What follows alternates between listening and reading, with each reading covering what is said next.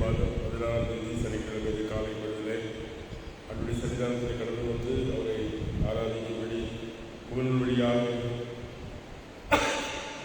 இந்த நாள் தொழுகையிலே இணைந்து கொள்ளும்படி கடவுள் நம்ம ஒவ்வொருக்கு பாராட்டியிருக்கிற தயவுக்காக இறக்கத்திற்காக நாம் கட்டளைக்கு நன்றி சொல்லுவோம். இந்த காலை தொழுகையில் இணைந்திருக்கிற யாவையும் இயேசுவின் நாமத்தில் அன்போடு வாழ்த்து வரவேற்றுக் கொள்கிறோம். நம்முடைய ஆரம்பம் இதா குமாரன் ஆகி பிரியத்தோடு நாம் உள்ளது. ஆமென். சொல்லிப்போம்.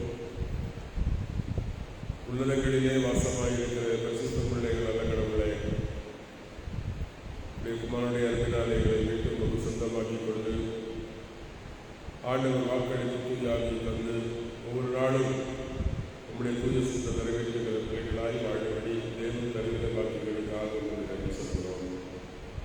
கடந்த 7 வருடங்களை சுகபத்திரமாய் பாதுகாத்து நல்ல இடைப்பாதலை தந்து நம்பிக்கையோடு ஒரு புதிய நாளை கண்டுபடி சரிதாரத்தில் கடந்து வந்து ஆராதிக்க பாராட்டி நிற்கிறதுக்காக நன்றி. இந்த ஆராதனையும் நாளையும் உங்களுக்கு ஆசிர்வதித்தார். நம்முடைய உடனிருப்பு வழிநடத்துதல் எங்களுக்கு துணையாக உலகத்தில் இருக்கிறது என்ற சத்தியத்தை நாம் உணர்ந்து கொண்டு ஒவ்வொரு நாளும் வாழ்வுகளுக்கு பெற்றுவிட்டார். இந்த ஆராதனை கண்ட நீர் பொருட்படுத்திக் கொண்டு இயேசு நாமத்தை பெற்று நல்ல விடாவை. ஆமென். 21வது பாடல்.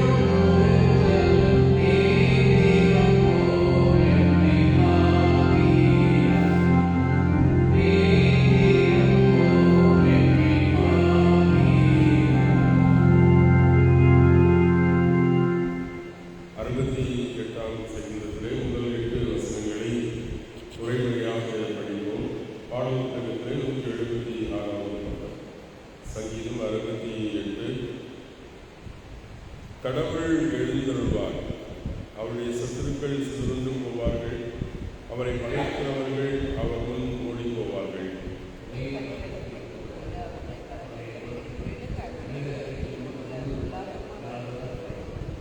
நீதிமான்களோ கடவுள் முன் மகிழ்ந்து கழி கூர்ந்து ஆனந்த சந்தோஷம் அடைவார்கள்.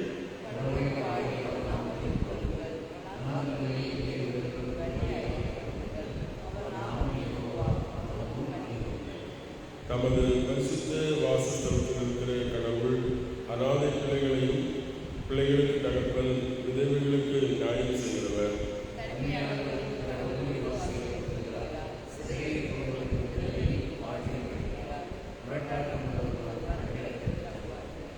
கடவுளே, நீர் உமது ஜனங்களுக்கு முன் சென்று அவாந்திர வழியிலே நடந்து வருகையில் பூமி அதிர்ந்தது, கடவுள் முன்பாக சென்றது. இஸ்ரவேலின் கடவுளாயிருக்கிற கடவுளுக்கு முன்பாக சீனாய் மலையும் அசைந்தது. பிதாவுக்கும் குமாரனுக்கும் பரிசுத்தாவிற்கும் மகிழ்வுள்ளதாக ஆதியிலே பொதுவான சதாகாரங்களாயிருக்கிறபடியே ஆமென். இந்த நாளிலே வாசிக்கப்படும் தெரிந்துள்ள முதலாவது வேத பகுதி 2 ராஜாக்களின் புத்தகம் 2ஆம் அதிகாரம் 8 துவங்கி 12 முடிவுள்ள வசனங்கள். 2 ராஜாக்கள் 2ஆம் அதிகாரம் 8 முதல் 12 முடிவுள்ள வசனங்கள்.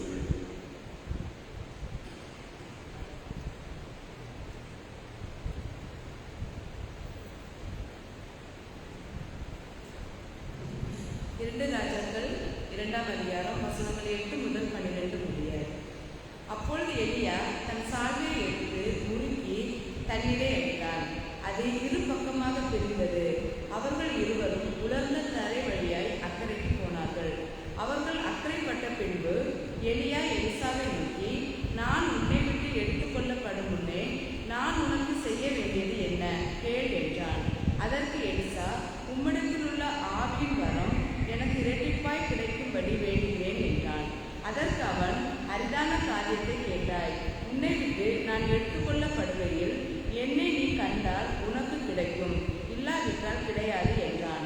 அவர்கள் பேசிக்கொண்டு நடந்து போகையில் இதோ அக்கினி ரதமும் அக்கினி குதிரைகளும் அவர்கள் நடுவாக வந்து இருவரையும் பிரித்தது. எலியா சுழல் காற்றிலே பரலோகத்திற்கு ஏறி போனான்.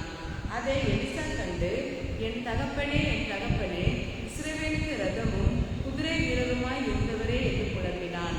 அவனை அப்புறம் காணாமல் தன் வஸ்திரத்தை பிரித்து 2 துண்டாக கிழித்தான் என்பது.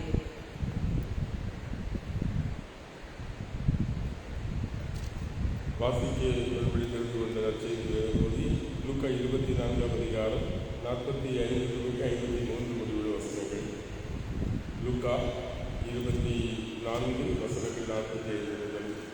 அப்பொழுது வேதாகமங்களை அறிந்து கொள்ளும்படி அவர்கள் மனதை அவர் திறந்து அவர்களை பார்த்து, கிறிஸ்து பாடுபட்டு 3ஆம் நாளில் மரித்தோரிலிருந்து எழுந்திருக்க வேண்டும் என்றும் மனம் திரும்புதலும் பாவமன்னிப்பும் எருசலேம் தொடங்கி சகல தேசத்தாருக்கும் அவருடைய நாமத்திலே பிரசிக்கப்பட வேண்டும் என்றும் எழுதியிருக்கிறது.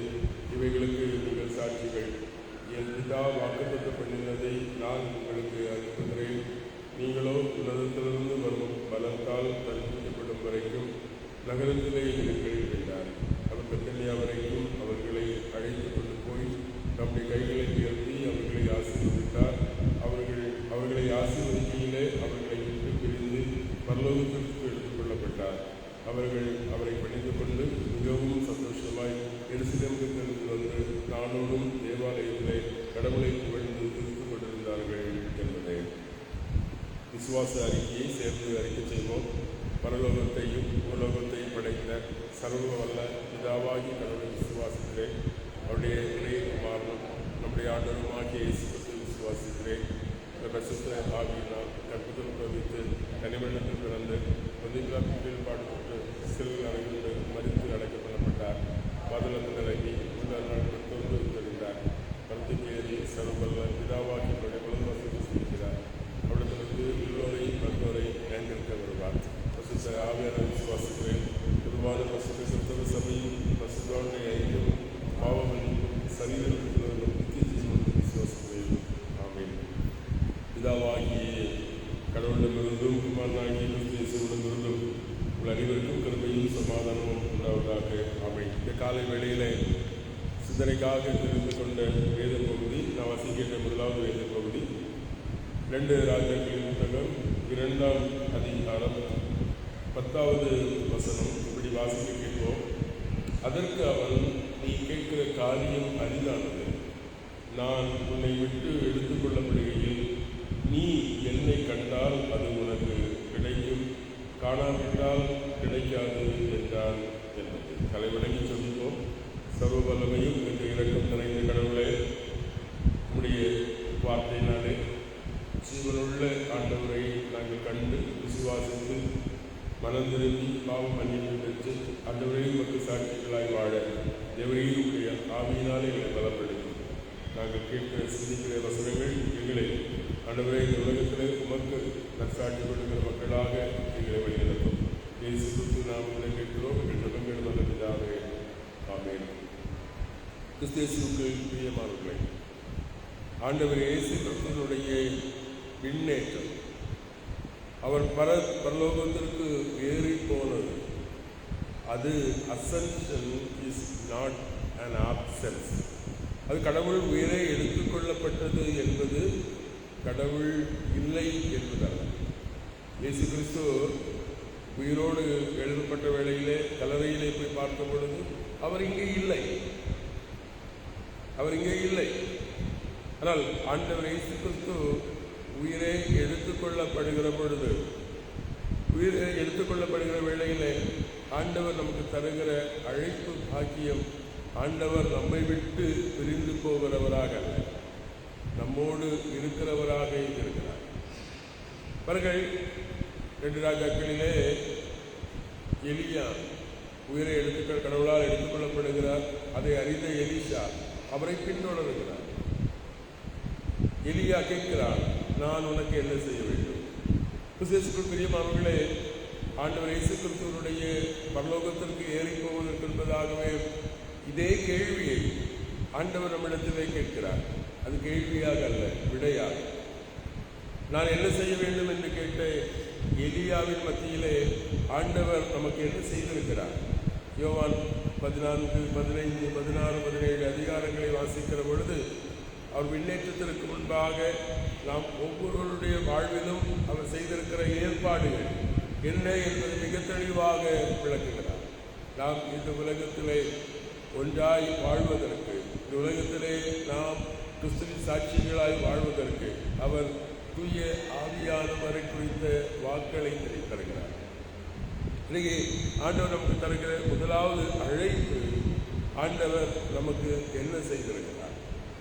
இங்கே எலிஷாவிடத்தில் கேட்கிற பொழுது எலிஷா சொல்லுகிற பதில், உம்முடைய ஆவியிலே இரட்டிப்பான பங்கு எனக்கு வேண்டும். இன்னைக்கு ஆண்டவர் இயேசு கிறிஸ்து நமக்கு முன்பாக வைக்கிற அழைப்பு, அவருடைய விண்ணேற்றத்தை நாம் காண்கிற நாம், அல்லது அவர் விண்ணேறி சென்றார் என்று விசுவாசிக்கிற நாம், அவருடைய வார்த்தையினாலே கடவுள் அவர்களில் நம்பிக்கை கொண்டிருக்கிற ஒரு கதை. எலியாக சொல்லுவார், நீ கேட்கிற காரியம் அரிதிலும் அரிதானது, ஆனால் நான் விண்ணுலகத்திற்கு ஏறி போகிறதை நீ கண்டால் அது உனக்கு நிச்சயம் கிடைக்கும். காணவில்லை என்று சொன்னால் அது உனக்கு கிடைக்காது.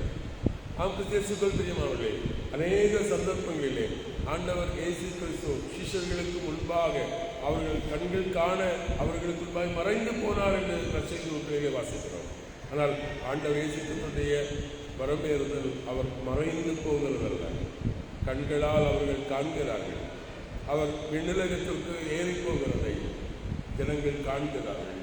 ஆகவே கிறிஸ்துவுக்குள் முதலாவது ஆண்டவர் நமக்கு தருகிற அழைப்பு, ஆண்டவர் விண்ணுலகத்திற்கு ஏறி சென்றார் என்பதை கண்ட சீஷர்களைப் போல நாம் நம்முடைய விசுவாச கண்களால் அதை கண்டு நம்புகிற பொழுது கடவுள் நம்முடைய வாழ்க்கையிலே இரட்டிப்பான ஆன்மீக வாழ்வின் சத்தியங்களை, நன்மைகளை நமக்கு தருகிறார்.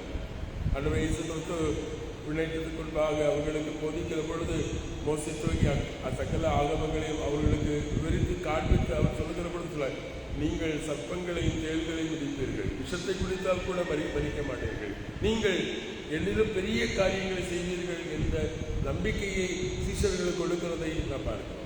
அவர்களை ஆண்டவருக்கு தருகிற முதல் அழைப்பு, கிறிஸ்து இன்றும் கடவுளுடைய வலது பாசத்திலிருந்து நம்மை ஆளுகை செய்கிறார் என்ற நம்பிக்கை, அல்லது கிறிஸ்து முன்னேற்ற காட்சியை நம்முடைய விசுவாச கண்களால் நாம் பார்க்கிற பொழுது கடவுள் இன்னும் நம்மை ரெட்டிப்பான வலுவான நன்மைகளினாலே, ஆன்மீக சத்தியங்களினாலே, வலிமையினாலே நம்மை செயல்பட ஆற்றல் படுத்துகிறார்.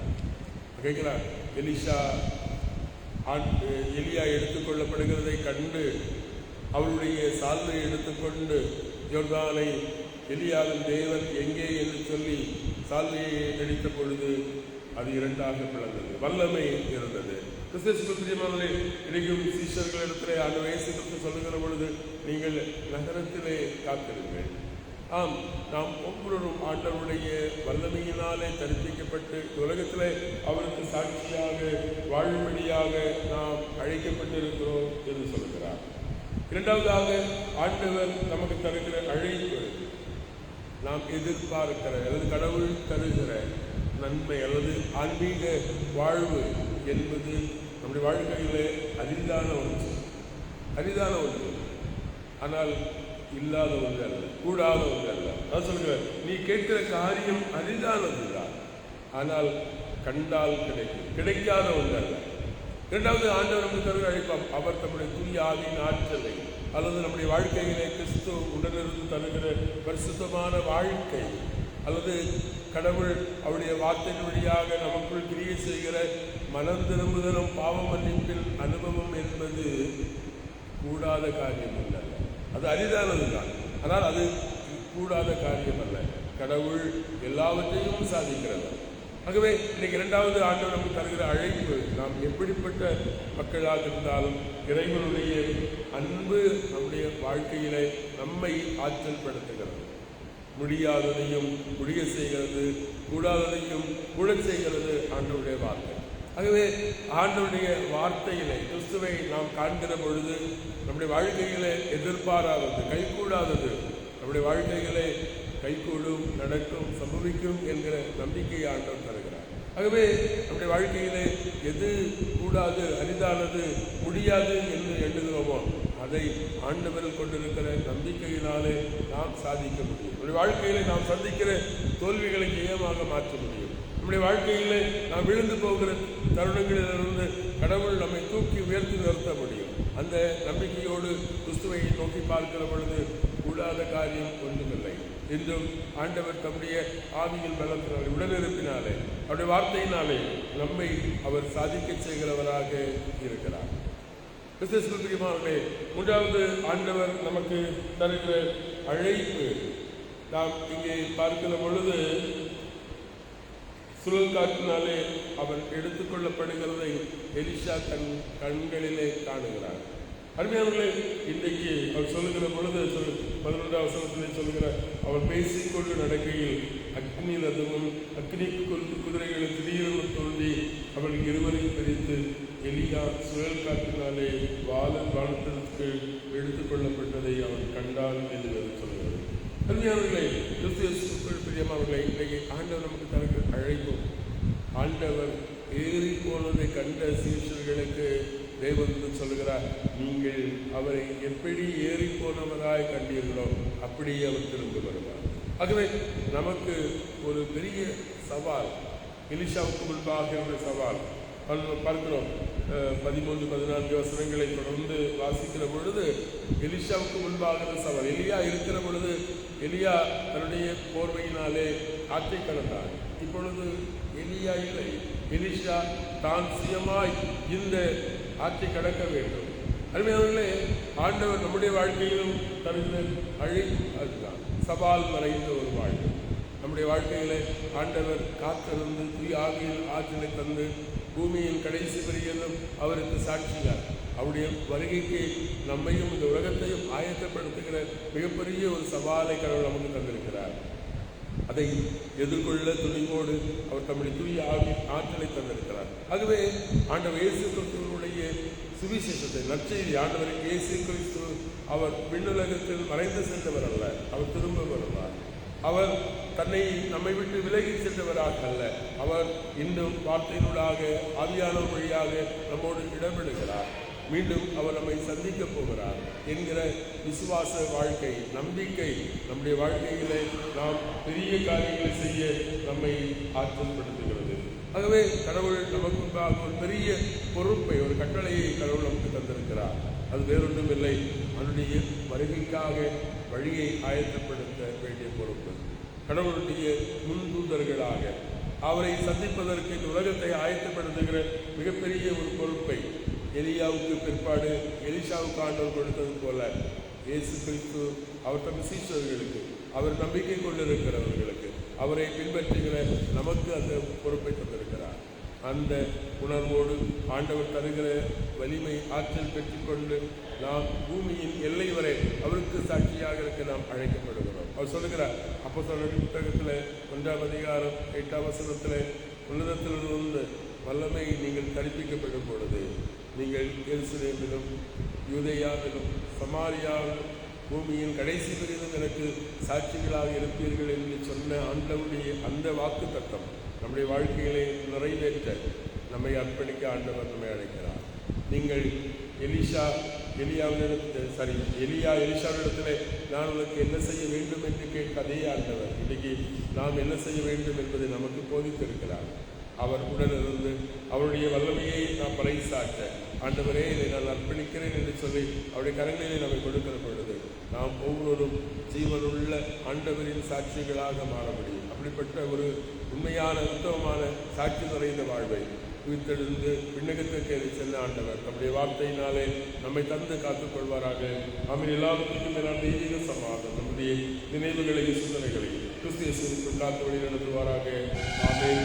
நாம் மீண்டும் கடவுளை மகிமைப்படுத்தும்படியாக அருள்ஜி 14வது பாடலை பாடுவோம்.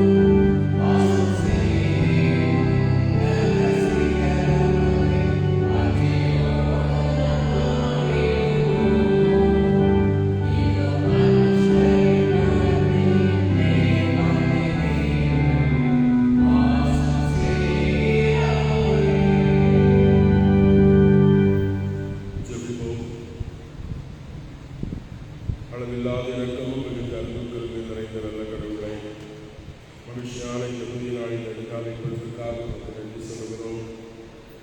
ஆண்டவரே, உங்களுடைய பரம இருந்ததை விசுவாச கண்களால் கண்டு எங்கள் ஆன்மீக வாழ்க்கையிலே வெற்றிப்பான மடங்கு ஆசீர்வாதங்களை பெற்றுக்கொள்ள தேவன் எங்களுக்கு பாராட்டுகிற தயவுக்காக, இறக்கத்துக்காக, கிருபைகளுக்காக நமக்கு நன்றி சொல்கிறோம்.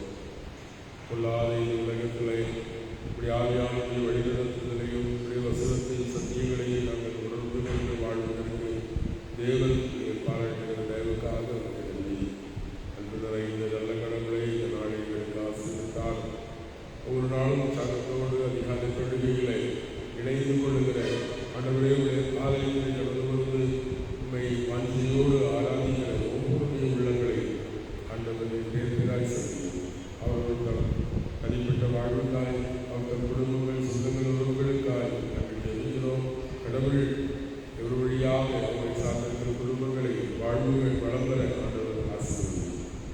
ஆண்டவரை ஒரு வழியாக இதர வழியாக உற்சாகத்தோடு இந்த ஆராதனைகளை எங்களை இணைத்து ஆண்டவரை ஆராதிக்கிற சத்தியங்களை கேட்கிற பிள்ளைகள், அவருடைய குடும்பங்கள், வாழ்வுகளை ஆண்டவர் ஆசீர்வதிக்கும். வெளியூர்களிலே நல்ல தேசங்களில் இருக்கிற குடும்பங்களை கற்றுக்க நோக்கிப்பார். அந்த வாழ்வுகளிலே, பணிகளிலே, கடமைகளில் கூட இருந்து ஆசீர்வதிக்கும். எங்கள் குடும்பங்களிலே நன்மைகளே இருக்கிறது சொல்கிறோம். ஆண்டவரே, எங்கள் குடும்பங்களிலே பலகீனங்களோடு வியாதிகளோடு இருக்கிற மக்களை சந்தி, மருத்துவமனைகளிலும் வீடுகளிலும் பிரசித்தி வருகிற மக்களை சந்தி. கடவுள் வேண்டி நல்ல ஆரோக்கிய சுகத்தை விடுதலை கொடுத்தார். கடவுளை அற்புத சுகத்தார் என்று சொல்லி விசுவாசத்தை சாட்சி பகிர்ந்து பிள்ளை நல்ல கடவுளை அயோத்திய பெற்றோர்கள் உரிமையில் மிக்க பலகீனங்களோடு இருக்கிற மக்களை சந்தி. கடவுள் உள்ளே விசுவாசத்தால் பலப்படுத்தி தேவையான பணிவிடைகளை அந்த குடும்பத்தார் வழியாக கண்டு ஆசீர்வதிக்கும். சிறு பிள்ளைகள், கை குழந்தைகளை ஆசீர்வதிக்கும். ஆண்டவரே, பாலியல் பிள்ளைகளை சுத்தமாக திருக்கலத்திலே மறைத்துக் கொள்ளும். எங்கள் திருச்சபை திருப்படி ஊழியர்களை கண்டு பொருட்படுத்திக் கொள்ளும். இன்றும் ஆலயம் நடைபெறுகிற உபவாச கூடுகையை கண்டு ஆசீர்வதித்தாலும் திரளாய் கடவுளே, சபை மக்கள் கடந்து வந்து உண்மை ஆராதிக்க ஐயப்படுத்த ஆண்டவரை திரும்பி தர வேண்டுமாக இருக்கிறோம். இறக்கமுள்ள நல்ல கடவுளே, எங்கள் தேசத்தையும் எங்கள் தேச தலைவர்களையும் ஆண்டவரையும் பொருட்படுத்திக் கொள்ளும். நல்ல பருவ காலங்களை எங்கள் தேசத்திற்கு தாரும். ஆண்டவரை பூமியிலே மழைகளை பெய்ய செய்து, பூமியில் வளங்கள் பெருக செய்து, மக்கள் சுத்தமாக வாழ்வதற்கு இயற்கையை அனுகூலமாய் தந்து எங்களை ஆசீர்வதியும். ஒரு வாரத்தின் கடைசி நாளில் இருக்கிறோம்.